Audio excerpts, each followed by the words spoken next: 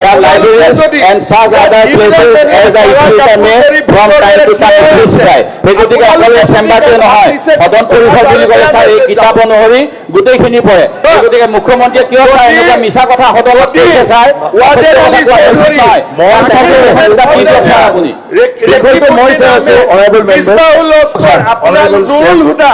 আপোনালোকে যদি নুৰুল মমিনৰ গাত হাত দিছে এইটো কিন্তু বহুত বেয়া মেছেজ যাব। অধ্যক্ষ মহোদয়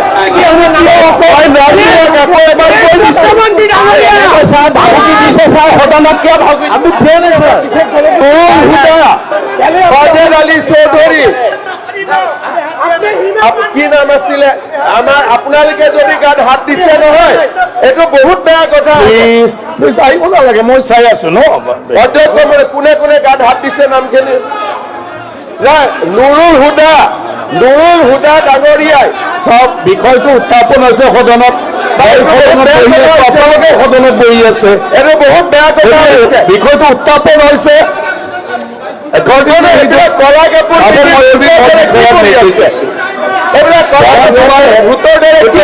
মই নিৰ্দেশ দিছো প্লিজ এই কথাটো এই পৰম্পৰাটো প্লিজ আপোনালোকে শুনকচোন প্ৰথম আৰম্ভণিৰ পৰা এইটো এই বিষয়টো লৈ নাপায় নহয় এইবিলাক কৰিবৰ কাৰণে ট্ৰাইবেল মানুহৰ গাত হাত দিবৰ কাৰণে। আৰু আজি অসম বিধানসভাত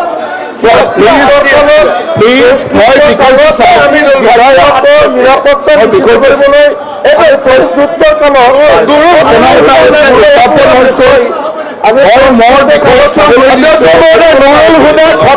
বহিষ্কাৰ কৰিব লাগে। গতিকে এই কথাটো উঠিবাহি গৈ আছে। মই চাই আছো মই নিৰাপত্তাৰ কাৰণে নিজৰ ডেপুটি স্পীকাৰক কালি যদি আপোনাৰ গাত হাত তুলি দিয়ে কালি যদি আপোনাৰ কেমেৰা চাউলৰ ইমান মূল্যৱান আজি বিধায়কৰ নিৰাপত্তাকে আপোনালোকে চিন্তা কৰিছে। আপোনালোকে যাওক অসম বিধানসভা কংগ্ৰেছে মিয়াদ ডকাইত MLA বিলাকক কেতিয়াও টিকেট দিব নালাগে, নহলে ধ্বংস হৈ যাব। এই মিয়াদ ডকাইত কাৰণে আজি এই অৱস্থা হৈছে। কংগ্ৰেছে ডকাইত MLA বিলাকক জয় আজি এই অৱস্থা হৈছে।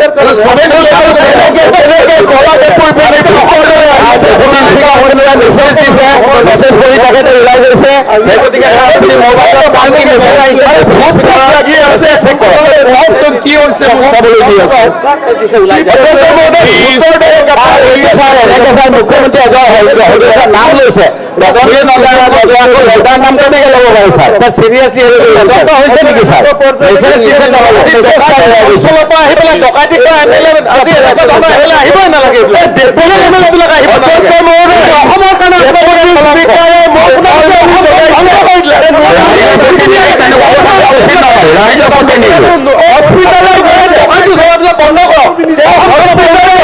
অসমক ধ্বংস কৰিবলৈ আহি নাথাকিব।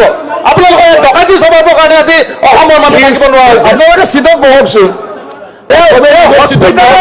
আপোনালোকে জনাইছে নুৰুল হুদা পিটিছে বুলি। আপোনালোকে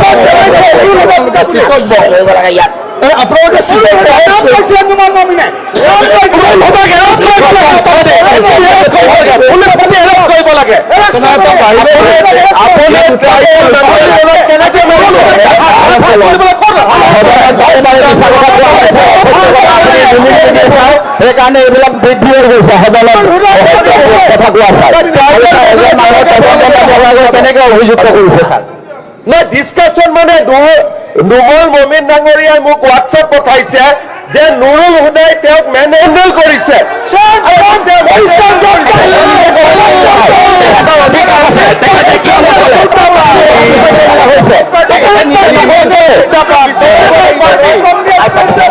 আজি ডকাইতৰ পাৰ্টি নেকি আপোনালোক উত্থাপন হৈছে। পুলিচৰ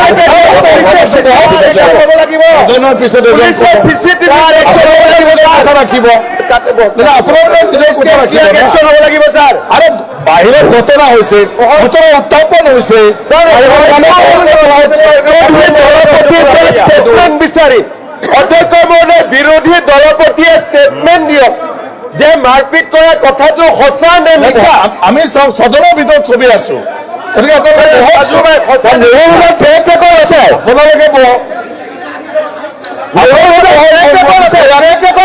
বিষয়টো মই নিৰ্দেশ দিছো মাননীয় অধ্যক্ষ মহোদয় নিৰৱতাৰ ট্ৰেক ৰেকৰ্ড আছে এবাৰ প্ৰশান্ত ফুকন গাঁৱৰ আপোনালোকৰ দাবীটো কি? মানে প্লিজ ডিছকাশ্যন দিয়ক আকৌ ডেপুটি স্পীকাৰে মাৰপিট কৰা ঘটনাটো ডিছকাশ্যন চাওক কুৱেশ্যন আৱাৰ চলি আছে এইটোত কি আপত্তি? বাহিৰত ঘটনা কিন্তু লগত পুলিচকো দিয়ক, এটা হোৱাৰ কেছটো পুলিচক দিয়ক না। ইয়াৰ ওপৰত চব আৰু এতিয়া কুৱেশ্যন আৱাৰটো যাবলৈ দিয়ক, কুৱেশ্যন আৱাৰটো যাবলৈ দিয়ক আকৌ নাই কুৱেশ্যন আৱাৰটো বগা আৰু কলা এমিলত হৈছে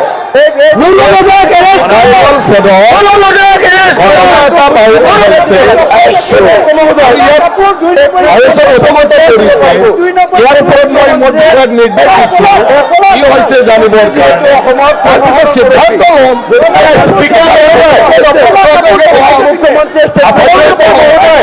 মই নাজানো কেনেকৈ কেনেকৈ কম আপোনালোকৰ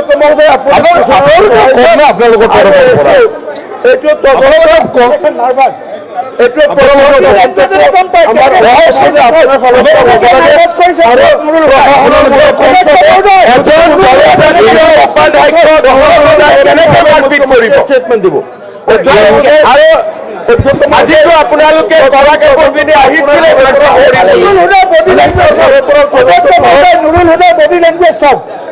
মাননীয় অধ্যক্ষ মহোদয়, মই আপোনাক ৰিকুৱেষ্ট কৰিম যে আপুনি এবাৰ ডেপুটি স্পীকাৰৰ লগত ফোনত কথা পাতক আৰু যদি সঁচাই তেওঁক মাৰপিট কৰা কথাটো হয় আপুনি কেছটো অনুগ্ৰহ কৰি পুলিচক দিয়ক। মই এতিয়া তদন্ত কৰিবলৈ দিছো, মই নিৰ্দেশ দিছো অধ্যক্ষ মহোদয় এতিয়া কিমানটো কৰক একৰ্ডিংলি অধ্যক্ষ মহোদয় আপুনি 5 মিনিটৰ কাৰণে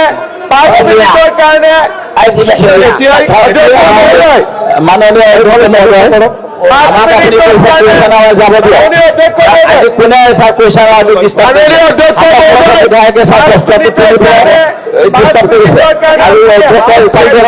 বহি আছে ক'ব লাগে ছাৰ